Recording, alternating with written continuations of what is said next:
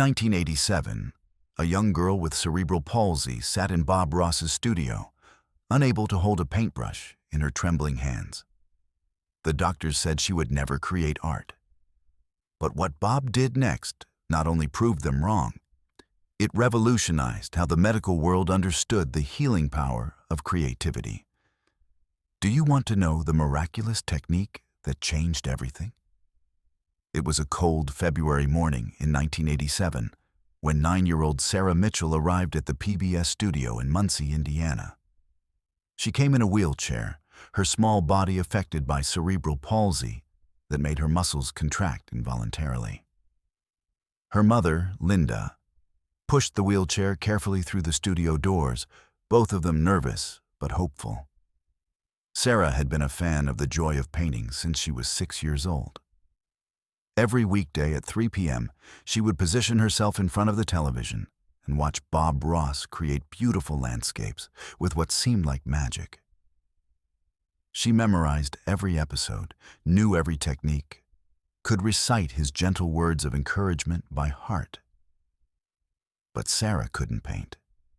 Her cerebral palsy affected her fine motor skills so severely that holding a pencil was nearly impossible, let alone controlling a paintbrush.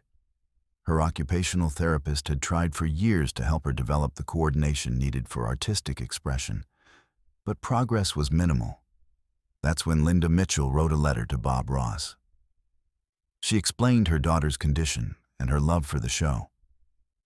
She didn't ask for anything specific, just wanted Bob to know that somewhere in Ohio, a little girl found peace in his voice and joy in watching him create beauty.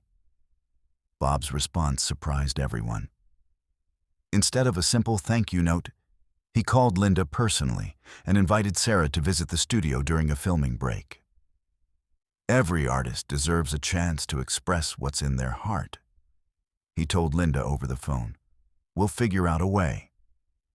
The studio that morning was quiet, except for the usual pre-production activities. Bob arrived early, as he always did, but today he brought something unusual. A collection of adaptive painting tools he had researched and purchased specifically for Sarah's visit. Producer Jane Morrison watched as Bob carefully arranged brushes of different weights and sizes, palette knives with modified handles, and even some experimental tools he had created himself by attaching brushes to various adaptive grips. Bob had spent weeks preparing for this visit, Morrison later recalled. He contacted occupational therapists, researched adaptive art techniques, and even practiced painting with his non-dominant hand to better understand the challenges Sarah would face. When Sarah arrived, Bob greeted her with the same gentle warmth he showed everyone, but there was extra tenderness in his voice. He knelt down beside her wheelchair so they were at eye level and spoke to her as if she were the most important visitor he'd ever received. "Hello there, Sarah," Bob said softly. "Your mama tells me you love to paint. Well, I love to paint too. Would you like to create something beautiful together today?" Sarah's eyes lit up, but her voice was hesitant. "I can't hold brushes very well, Mr. Bob.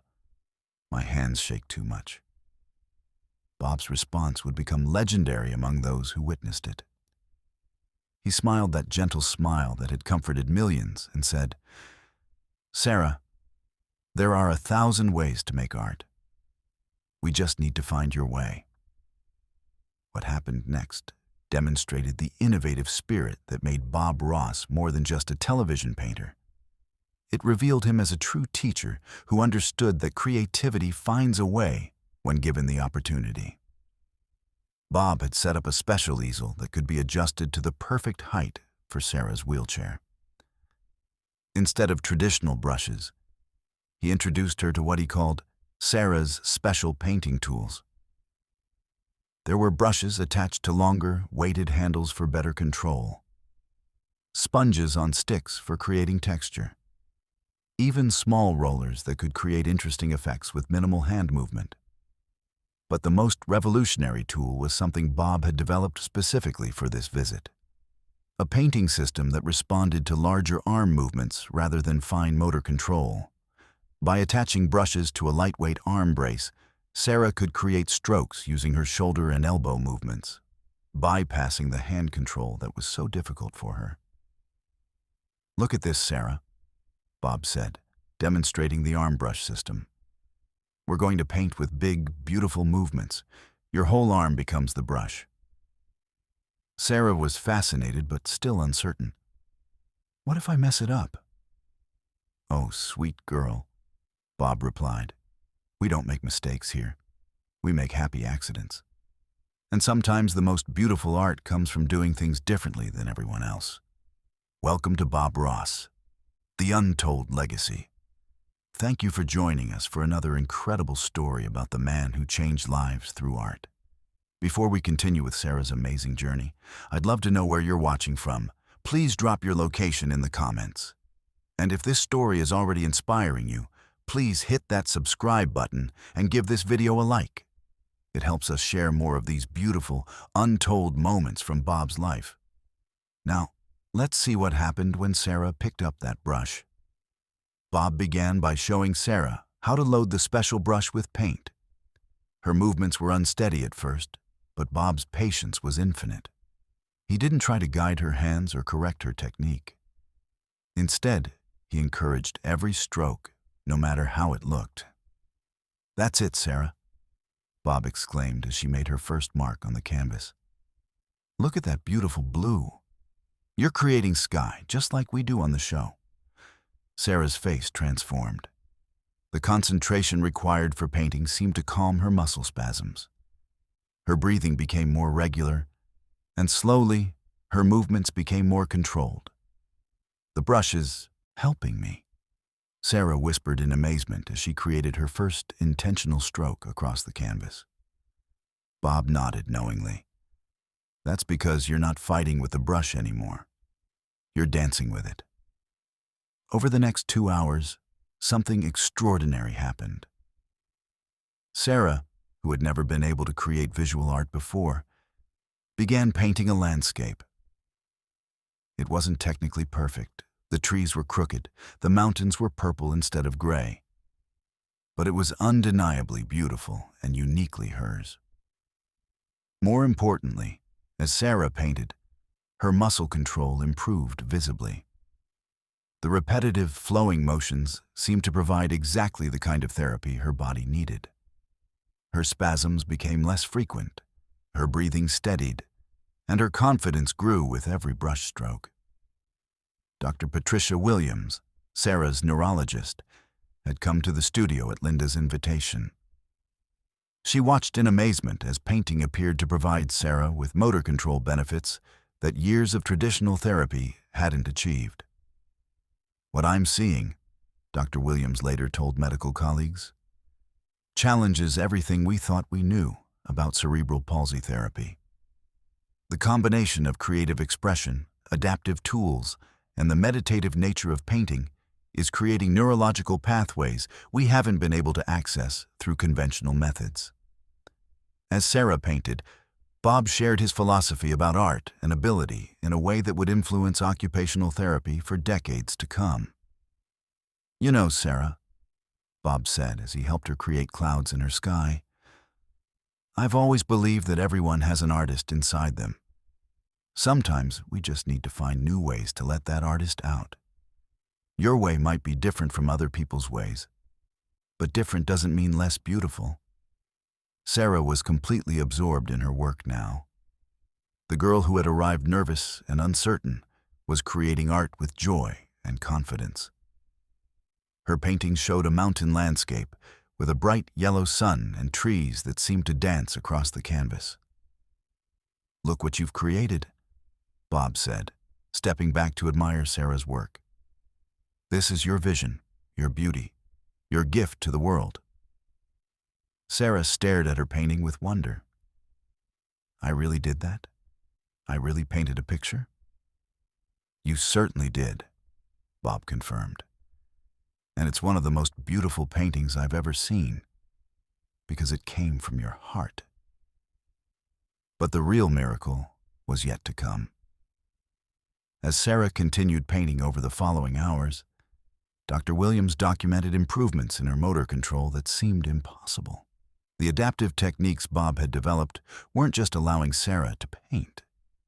They were actually providing therapeutic benefits that traditional therapy hadn't achieved. The neuroplasticity implications are staggering, Dr. Williams later wrote in a medical journal article about Sarah's case. The combination of creative expression, adaptive technology, and positive reinforcement created an environment where new neural pathways could form more effectively than we'd seen with conventional therapy. Bob seemed to understand instinctively what science was just beginning to discover: that creativity and motor development were intimately connected. By giving Sarah a way to express her artistic vision, he had unlocked therapeutic possibilities that medical professionals hadn't considered. As the day progressed, Bob introduced Sarah to different techniques using her adaptive tools. She learned to create texture with sponges, make trees with the side of her brush, and even create her own version of Bob's famous happy little clouds. "The beauty of your art," Bob told Sarah as she worked, "is that it's yours. Nobody else in the world could create exactly what you're creating right now. That makes it precious beyond measure." By the end of the session, Sarah had completed 3 small paintings. More importantly, she had demonstrated motor control improvements that amazed everyone present. Her hand tremors had decreased significantly, her posture had improved, and her confidence had soared. Linda Mitchell was crying as she watched her daughter create art for the first time. "I never thought I'd see this day," she told Bob through her tears. "You've given her something I didn't know was possible." Bob's response revealed the depth of his understanding about art's power to heal. "I didn't give her anything, Linda. Sarah had this ability all along. We just found a way to let it shine." The immediate impact on Sarah was remarkable, but the longer-term effects would prove even more significant. Dr. Williams arranged for Sarah to continue using Bob's adaptive painting techniques as part of her regular therapy. Within months, her overall motor control improved dramatically. The painting therapy became the foundation for all of Sarah's other therapeutic activities, Dr. Williams explained. The confidence and control she gained through art transferred to other areas of her development. Bob stayed in touch with Sarah's family, regularly sending her art supplies and encouraging letters. He featured adaptive painting techniques in several subsequent episodes of The Joy of Painting, always crediting Sarah as his inspiration for developing these methods. "Sarah taught me that art isn't about what tools you use or how technically perfect your technique is," Bob said in one of these episodes. "Art is about expressing what's in your heart, and there's always a way to do that, no matter what challenges you might face." The techniques Bob developed for Sarah began to spread throughout the occupational therapy community. Hospitals and rehabilitation centers started incorporating adaptive art therapy into their programs. Using methods directly inspired by what Bob had created for one little girl, Dr. Williams published several papers about the Ross method of adaptive art therapy, documenting how creative expression could accelerate motor development in patients with various neurological conditions. The techniques proved effective not just for cerebral palsy patients, but for stroke survivors, Parkinson's patients, and others dealing with motor control challenges.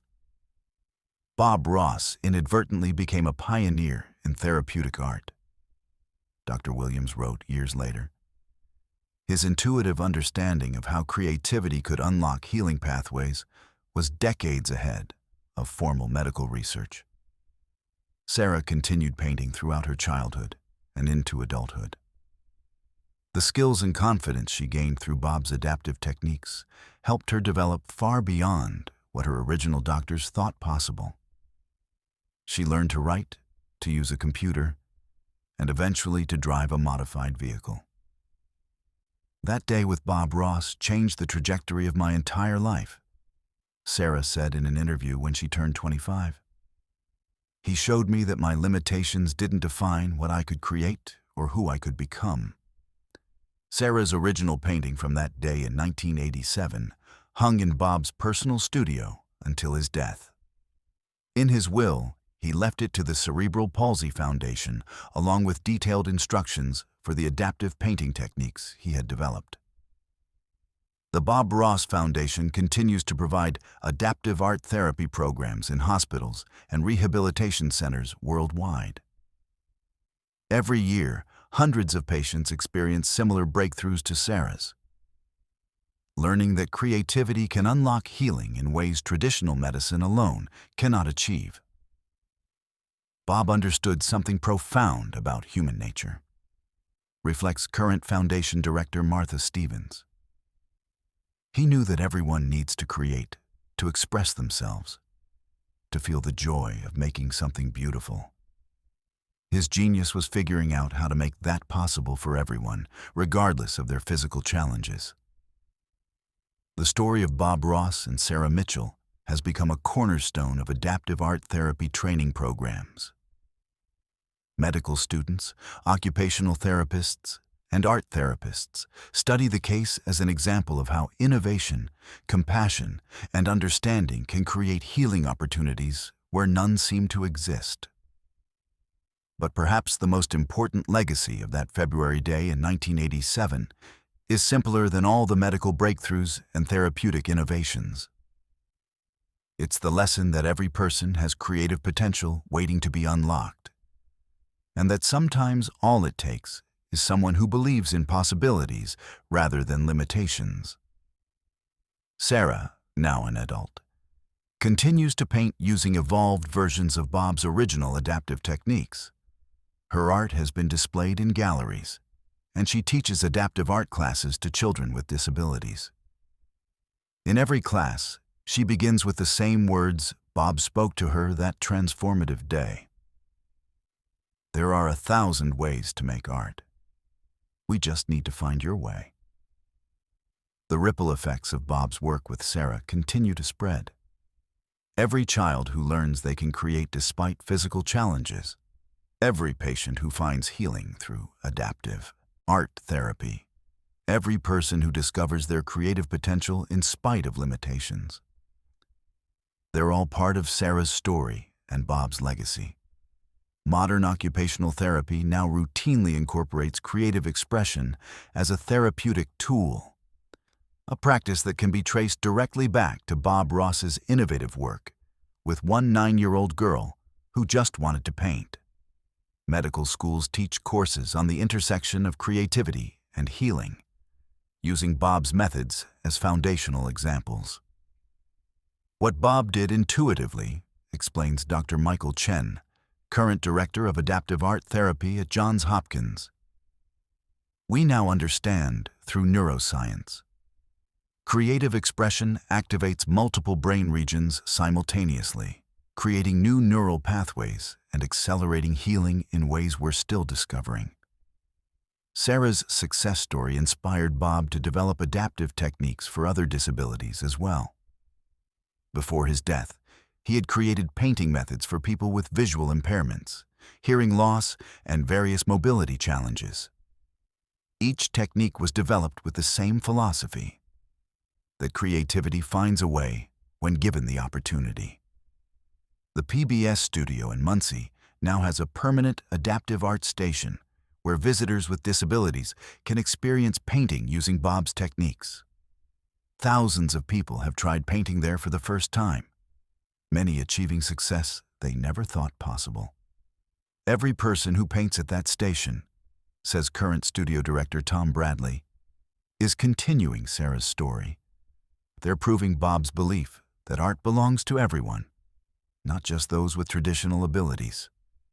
If you've been moved by this story of how one man's innovative compassion changed a little girl's life and revolutionized medical understanding of art therapy, please subscribe to Bob Ross, The Untold Legacy, for more incredible stories about the gentle soul who proved that creativity can heal, inspire, and transform lives in ways we never imagined possible.